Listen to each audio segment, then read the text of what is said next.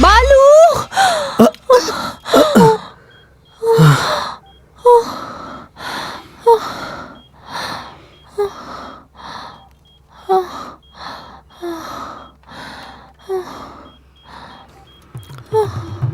ಜೈ ಮಹಾಶಕ್ತಿ,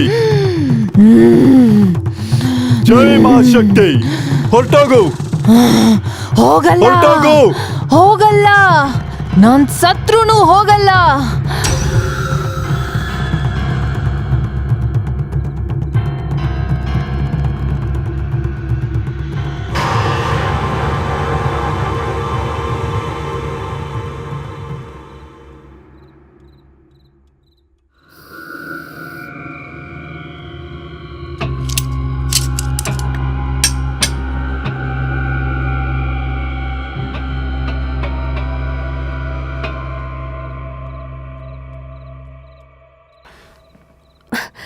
ಇದೇನಿದು?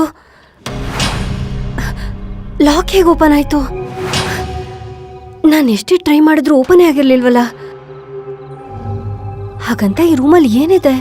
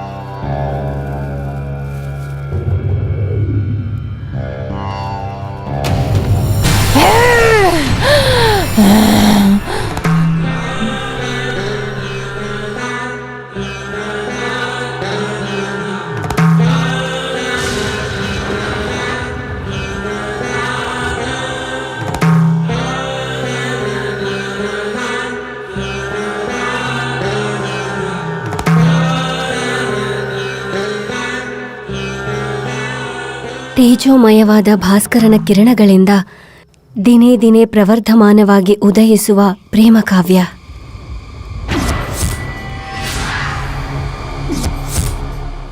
ಯಾರಿವಳು?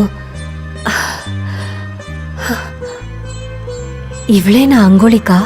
ಅಂಗುಳಿಕಳ ಪುನರ್ಜನ್ಮವನ್ನು ಪಡೆದವರು ಅವಳ ಮನಸ್ಸನ್ನು ಕೇಂದ್ರೀಕರಿಸಿದರೆ ಆ ಪವಿತ್ರ ಸಂಕಲ್ಪದ ಮುಂದೆ ನಿನ್ನ ಪ್ರೇತಾತ್ಮಕ್ಕೆ ನಿಲ್ಲೋದಕ್ಕೆ ಸಾಧ್ಯವಿಲ್ಲ.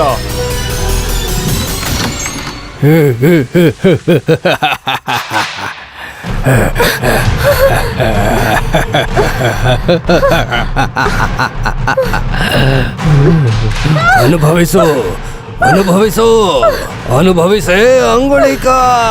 ಶತಮಾನಗಳಿಂದ ನಾನು ಅನುಭವಿಸ್ತಿರೋ ನರಕಕ್ಕಿಂತ ಇದು ಏನೂ ಇಲ್ಲ. ಒಂದು ಸಾಸುವೆ ಅಷ್ಟು ಅಲ್ಲ. ತುಚ್ಛ, ತುಚ್ಛ. ನನ್ನ ಪ್ರಾಣ ತ್ಯಾಗದ ಮುಂದೆ ಈ ನರಕ ತುಚ್ಛ ಕಣೆ ಅಂಗುಳಿಕ, ತುಚ್ಛ. ಅನುಭವಿಸು.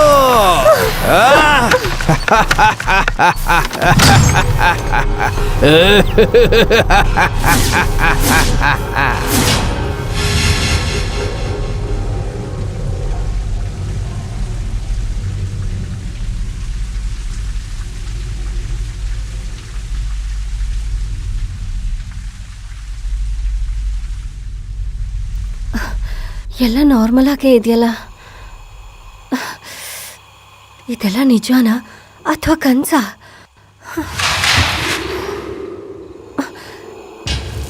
ಯಾರು?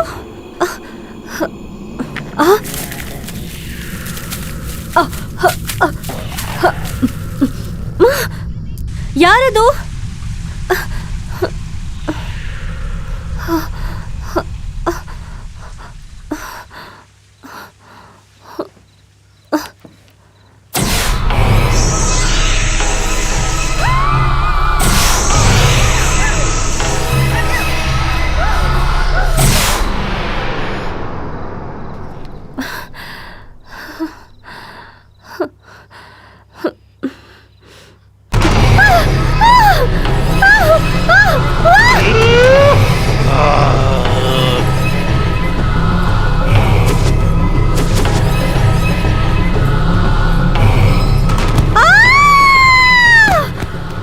ಏನಾಯ್ತು? ಕೋಟೆಲಿ ದೆವ್ವ ದೆವ್ವ.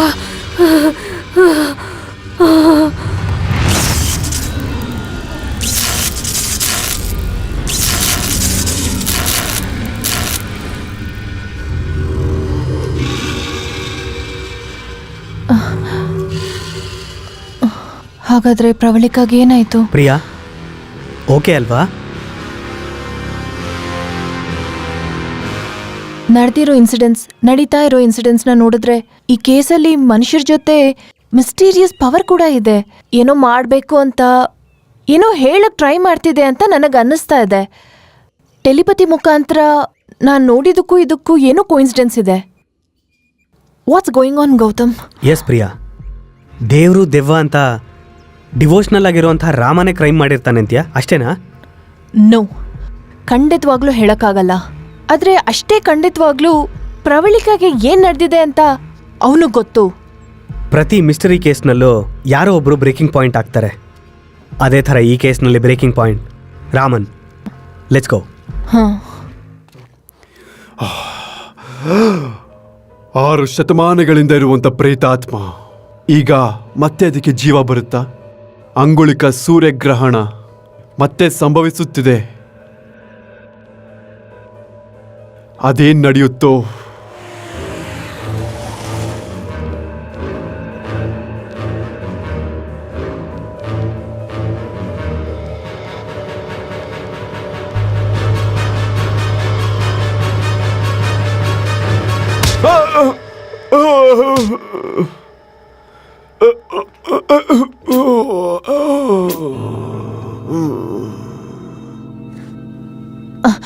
ಹೇಳು.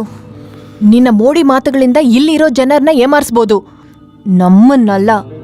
ಹೇಳೋ, ನನ್ನ ಫ್ರೆಂಡ್ ಪ್ರವಳಿಕಾನ ಏನ್ ಮಾಡ್ದೆ? ಏಯ್, ಏನೋ ಡಿವೋಷನ್ ಮೇಲಿರೋ ಮರ್ಯಾದೆಯಿಂದ ನಿನ್ ಮೇಲೆ ಕೈ ಎತ್ತಾ ಇಲ್ಲ, ಆದ್ರೆ ನಾನು ಗನ್ ಉಪಯೋಗಿಸ್ತೀನಿ. ಹೇಳೋ.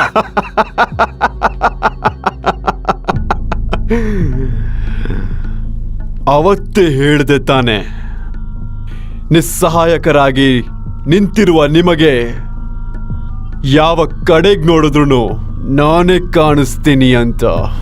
ಹೇಯ್, ನಿನ್ ಮ್ಯಾಜಿಕ್ಕು ಲಾಜಿಕ್ಕು ನಮಗ್ ಬೇಕಾಗಿಲ್ಲ. ನಿಜವಾದ ಕತೆ ಹೇಳು. ಕಮಾನ್, ಏನು ಹಂಗ್ ನೋಡ್ತಿದ್ಯಾ? ಹೇಳೋ. ನನಗ್ ಗೊತ್ತು, ನಾನೇನ್ ಹೇಳಿದ್ರು ನೀವು ನಂಬೋ ಸ್ಥಿತಿಲಿಲ್ಲ ಅಂತ. ನಿನ್ನ ಅಜ್ಞಾನ ಅಂಧಕಾರವನ್ನು ತೊಲಗಿಸುವ ಜ್ಞಾನೋದಯವು ಅಲ್ಲಿದೆ.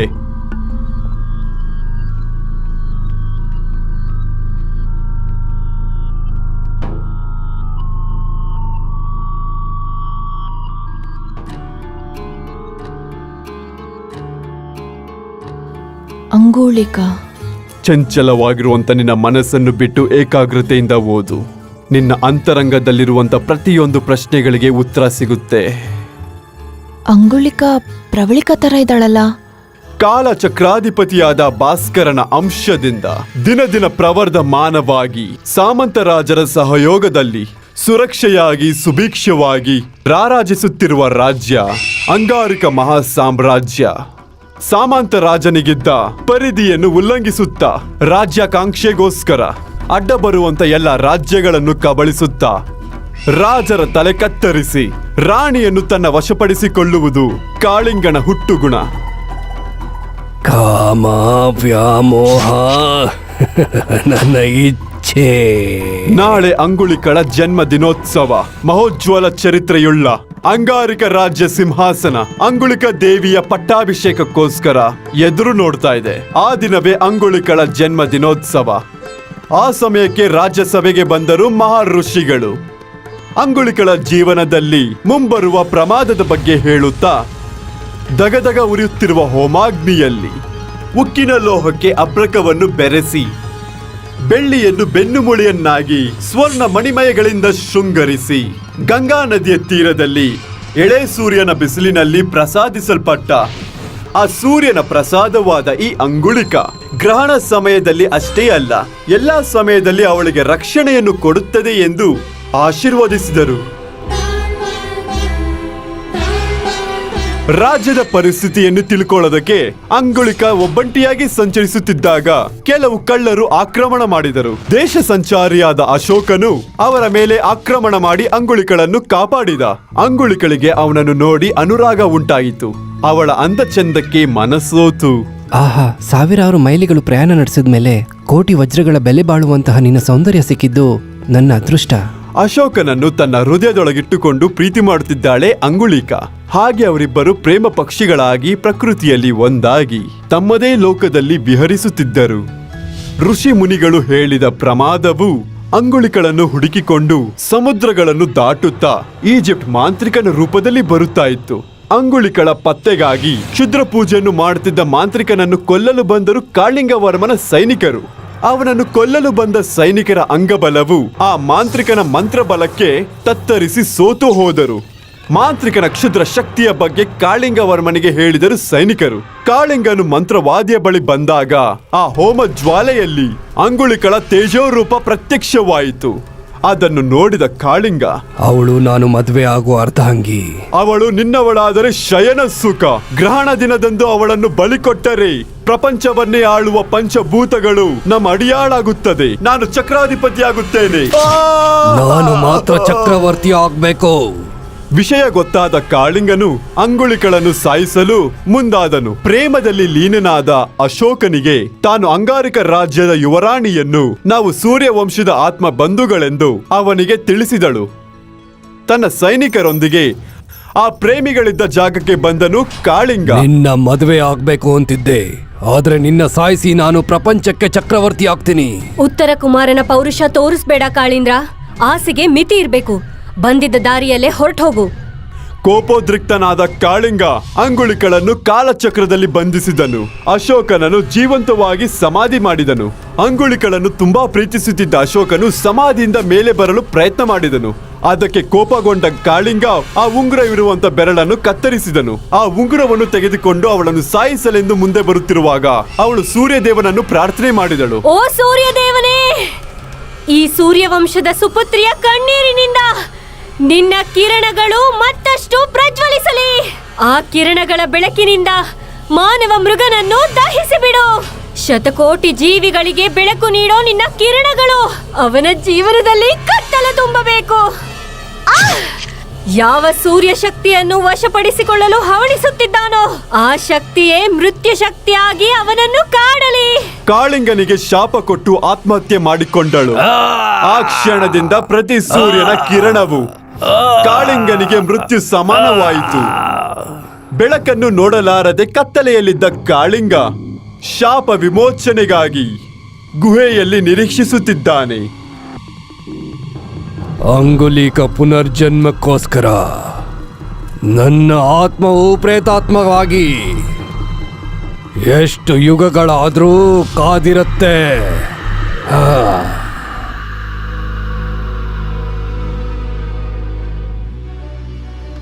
ಏನು ಇದೆಲ್ಲ ನಿಜನಾ? ನನ್ನ ಫ್ರೆಂಡ್ ಪ್ರವಳಿಕಾ ಇತಿಹಾಸದ ಪುಟದಲ್ಲಿ ನಿಂತೋಗಿರೋ ಅಂಗುಲಿಕನಾ? ಹೌದು, ಅವಳ ಜನ್ಮವು ಎಷ್ಟು ಅಪೂರ್ವವೋ ಮರಣವೂ ಕೂಡ ಅಷ್ಟೇ ವಿಷಾದ.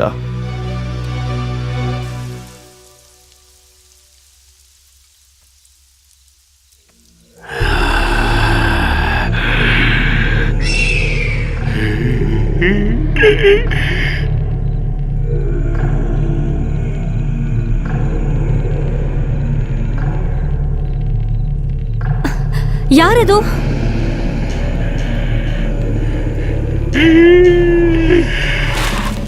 ಈ ಕೋಟೆಯಲ್ಲಿ ಹೀಗೆಲ್ಲ ಯಾಕಾಗ್ತಿದೆ? ಈ ಹೆಜ್ಜೆ ಗುರುತುಗಳೆಲ್ಲ ಯಾರ್ದು? ಕೊಳದಲ್ಲಿ ಏನ್ ಶಬ್ದ ಬರ್ತಿದೆ? ಇಲ್ಲೇನ್ ನಡೀತಿದೆ?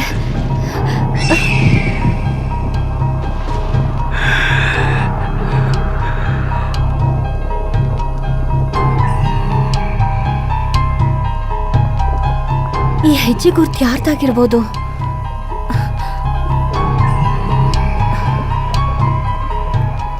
ಈ ಕೋಟೆಗೆ ಬಂದಾಗ್ಲಿಂದ ಏನೇನೋ ನಡೀತಿದೆ. ಯಾರು?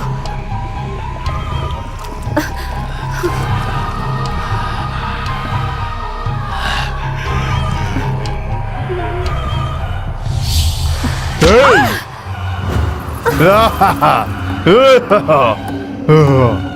ನಿನಗೀಗಾಗ್ಲೇ ಗತ ಜನ್ಮ ಏನು ಅಂತ ಗೊತ್ತಾಗಿದೆ. ನಾನು ಪ್ರೇತಾತ್ಮ ನಿನ್ನನ್ನು ಸುಮ್ಮನೆ ಬಿಡೋದಿಲ್ಲ. ನನ್ನ ವಿಮುಕ್ತಿಗೆ ಬೇಕಾಗಿರೋದು ನಿನ್ನ ದೇಹವಲ್ಲ, ಆತ್ಮ ಮಾತ್ರನೇ. ಅಕಾಲ ಮರಣದಿಂದಾಗಿ ಆಕೆಯ ಆತ್ಮವು ಇನ್ನು ಮೋಕ್ಷ ಪಡೆದಿಲ್ಲ. ಆ ಕಾಲಚಕ್ರದ ಅನುಗ್ರಹ ಅವಶ್ಯಕತೆ ಇದೆ. ಪ್ರವಳಿಕಾನ ಹುಡ್ಕೊಂಡು ಇಷ್ಟು ದೂರ ಬಂದಿದ್ದೀನಿ. ಅವಳು ಯಾರು, ಅವಳ ವಿಶೇಷ ಏನು ಅಂತ ತಿಳ್ಕೊಂಡೆ. ಅವಳು ನನ್ನ ಸ್ನೇಹಿತೆ ಆಗಿದ್ರಿಂದ ನನಗೆ ತುಂಬ ಹೆಮ್ಮೆ ಇದೆ. ಹೇಳಿ ಗುರುಜಿ, ನೀನೆಲ್ಲದಕ್ಕೂ ಸಿದ್ಧಾನ? ಅವಳ ಆತ್ಮಶಾಂತಿಗೋಸ್ಕರ ಏನ್ ಮಾಡಕ್ಕೂ ನಾನು ಸಿದ್ಧಾನೆ. ಏನಾದ್ರೂ ಮಾರ್ಗ ಇದ್ರೆ ಹೇಳಿ. ನೀನು ಅಂಗುಳಿಕಾಳಾಗ್ತೀಯಾ? ನಾನು ಅಂಗುಲಿಕ ಆಗೋದಂದ್ರೆ? ಕಾಲವೇ ಸೃಷ್ಟಿ ಮಾಡಿದ ಸಮಸ್ಯೆಗೆ ಕಾಲವೇ ಪರಿಹಾರ ಕೊಡುತ್ತೆ. ಅಂಗುಳಿಕಳ ಜನ್ಮ ನಕ್ಷತ್ರದಲ್ಲೇ ನೀನು ಹುಟ್ಟಿರೋದು. ಕಾಕತಾಳೀಯವಲ್ಲ, ಅದು ಕಾಲ ನಿರ್ಣಯಿಸಿದ ಪೂರ್ವ ನಿರ್ಧಾರಿತ.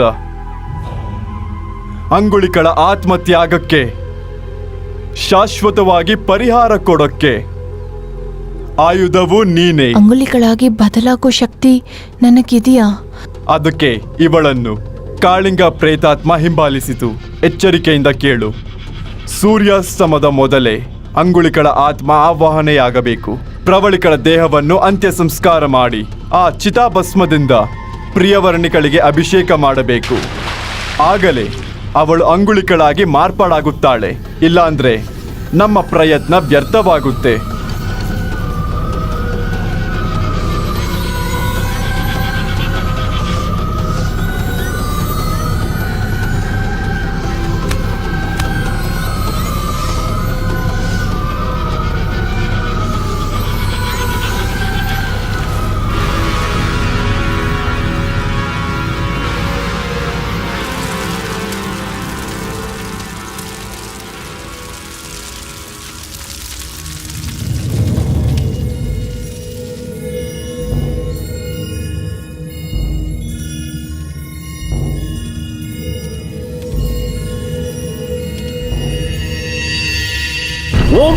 ಕಾಳಿಂಗ ಎದ್ದೇಳು.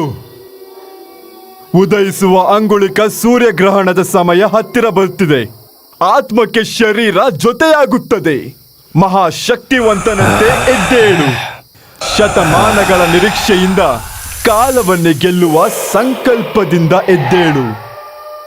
ಅಪಜಯಕ್ಕೆ ಮೃತ್ಯುವನಂತೆ ವಿಜಯಶಾಲಿಯಾಗಿ ಎದ್ದೇಳು.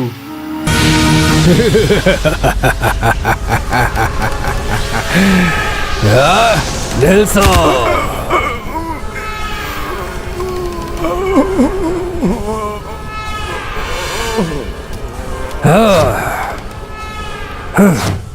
ಅಸುರರ ಹಸಿವನ್ನ ಅಪೂರ್ಣ ಮಾಡಬೇಡ. ಈ ಭೂಮಿ ಜನಿಸಿದ ಕಾಲದಿಂದ ಇಲ್ಲಿಯವರೆಗೂ ಅಂತಿಮ ವಿಜಯವು ದೈವದ್ದೇ. ಅಂತಿಮ ವಿಜಯವು ದೈವದ್ದು ಅಂತ ಚರಿತ್ರೆಯಲ್ಲಿ ಉಳಿದಿರುವಂತ ಸತ್ಯ. ಆದ್ರೆ ಆ ಚರಿತ್ರೆಯ ಗ್ರಂಥಗಳನ್ನ ಮತ್ತೆ ಬರೆಯೋದಕ್ಕೆ ಮತ್ತು ಇತಿಹಾಸದ ಪುಟಗಳನ್ನ ಮರೆಯೋದಕ್ಕೆ ಆ ದೈವದ ಮೇಲೆ ವಿಜಯ ಕಹಳೆಯನ್ನ ಮೊಳಗಿಸ್ತೀನಿ ನಾನು.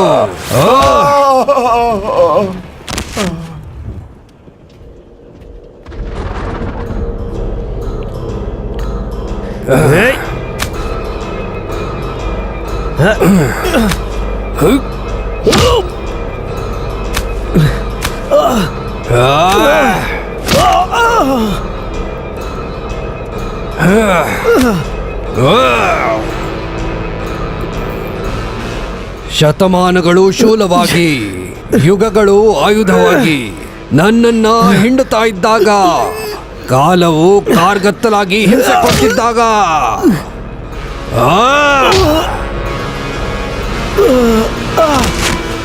ಅನಂತ ವಿಶ್ವದಲ್ಲಿ ನನ್ನ ಆತ್ಮ ಕಳೆದು ಹೋಗ್ತಿತ್ತು. ಸ್ತಬ್ಧವಾಗುತ್ತಿದ್ದ ತಾಪ, ನಿಸ್ತೇಜನವಾಗುತ್ತಿದ್ದ ಯೌವನ, ಮತ್ತೆ ಸರಿ ಹೋಗುವುದಿಲ್ಲ ಅಂತ ಸವಾಲು ಹಾಕ್ತಿದ್ದ ವಿಶ್ವದ ನಿಯಮ ವಿಕಟ ಅಟ್ಟಹಾಸ ಮಾಡ್ತಿದ್ದಾಗ, ತಲೆಮಾರು ದಾಟಿ ಯುಗಗಳು ದಾಟಿ ಕಳೆದಂತ ಶತಮಾನಗಳಲ್ಲಿ ನಿಗೂಢವಾದ ಕಾಮ ಕೋರಿಕೆಗಳನ್ನ ನಾಶ ಮಾಡ್ತಿದ್ಯಲ್ಲೇ ಅಂಗುಳಿಕ.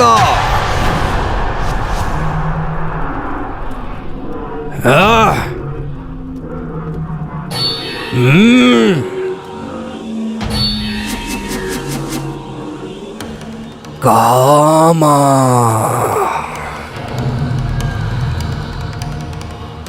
ವ್ಯಾಮೋಹ,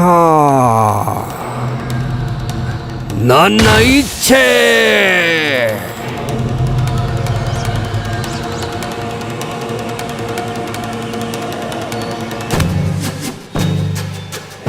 ನಿನ್ನ ಸ್ಥಾನ ನನ್ನ ಅಪ್ಪುಗೆಯಲ್ಲಿ, ಆ ಕಾಲವು ನನ್ನ ಪಾದದ ಕೆಳಗೆ,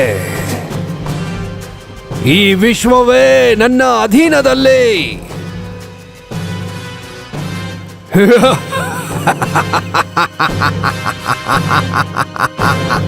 ಕಾಳೀಂದ್ರ, ಬೇಡ, ಧಿಕ್ಕರಿಸಬೇಡ.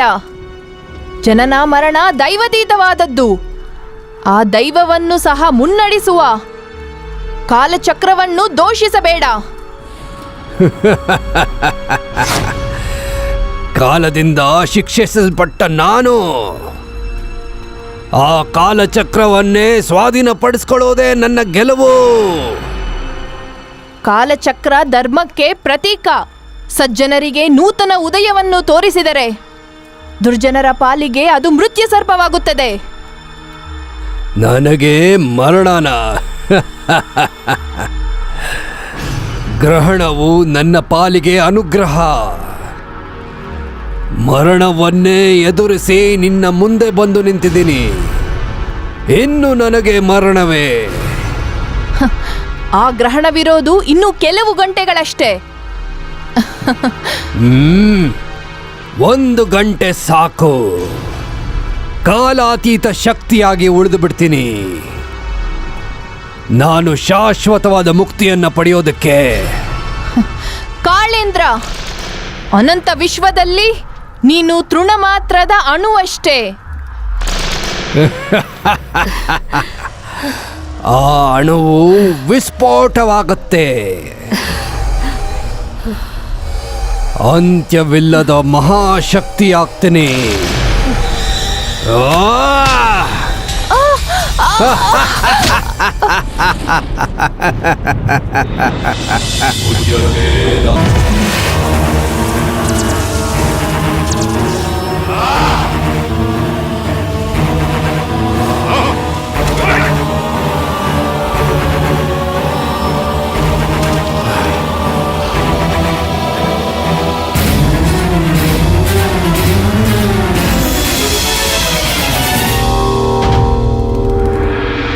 ಆಗಸಕ್ಕೂ ಈ ನೆಲಕ್ಕೂ ಆಕೃತಿಯೋ, ನಿನ್ನುಸಿರು ಈ ನೆಲಕ್ಕೆ ಆಹುತಿಯೋ.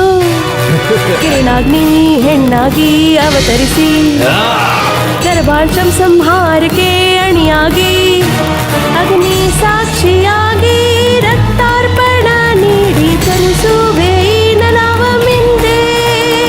ಅಸ್ಥಿ ಸಿಂಪಡಿಸೋದೆ ಭಸ್ಮಾಹುತಿಯಾಗಿ ನಿನ್ನಾತ್ಮಕ್ಕೆ ಚಿರಶಾಂತಯೋ.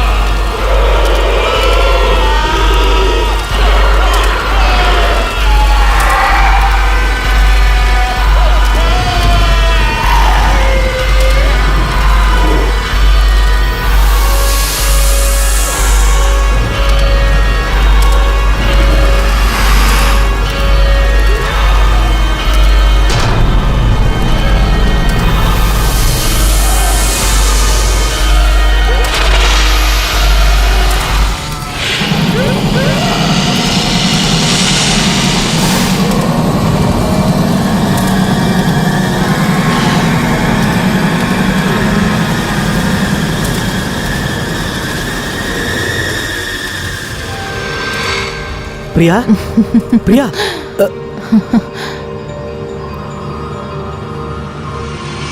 ಕೊನೆಗೂ ಮಿಸ್ಟರಿ ಕತೆ ಬಗೆಹರಿದಿದೆ. ಹಲವಾರು ಘಟನೆಗಳು ನಡೆದು ಒಂದು ಅಪಘಾತದಲ್ಲಿ ಪ್ರವಳಿಕಾ, ಅವರ ಪತಿ ಬಾಲು ಹಾಗೂ ಅವರ ಮಗ ರಾಹುಲ್ ಸ್ಥಳದಲ್ಲೇ ಪ್ರಾಣ ಕಳೆದುಕೊಂಡಿದ್ದಾರೆ. ಈ ಹಿನ್ನೆಲೆಯಲ್ಲಿ ಹೋಮ್ ಮಿನಿಸ್ಟರ್ ಕೃಷ್ಣ ಪ್ರಸಾದರನ್ನು ಪದವಿಯಿಂದ ವಜಾ ಮಾಡಿ ಅರೆಸ್ಟ್ ಮಾಡಲಾಗಿದೆ. ಈ ಮಿಸ್ಟರಿ ಕೇಸ್ನ ಬಗೆಹರಿಸಿದ್ದಕ್ಕೆ ಇನ್ವೆಸ್ಟಿಗೇಷನ್ ಟೀಮ್ನ ಸಿಎಂ ಹೊಗಳಿದ್ದಾರೆ. ಕಮಿಷನರ್ ಜೊತೆನಲ್ಲಿ ಸೇರ್ಕೊಂಡು ನನಗೂ ಗೊತ್ತಿಲ್ದಿರನೆ ಈ ಆಪರೇಷನ್ ಚೆನ್ನಾಗಿ ಮಾಡಿದೆ ಪ್ರಿಯಾ. ಗೌತಮ್, ನಂಗೆ ಫಸ್ಟ್ ಟೈಮ್ ಮೀಟಿಂಗ್ನಲ್ಲೇ ಹೋಮ್ ಮಿನಿಸ್ಟರ್ ಮೇಲೆ ಡೌಟ್ ಬಂತು. ನನ್ನ ಇನ್ವೆಸ್ಟಿಗೇಷನಲ್ಲಿ ಗೊತ್ತಾಯ್ತು ಪ್ರವಳಿಕಾ ಬಾಲುದು ಲವ್ ಮ್ಯಾರೇಜು ಅಂತ. ಅದು ಹೋಮ್ ಮಿನಿಸ್ಟರ್ಗೆ ಇಷ್ಟ ಇಲ್ಲ.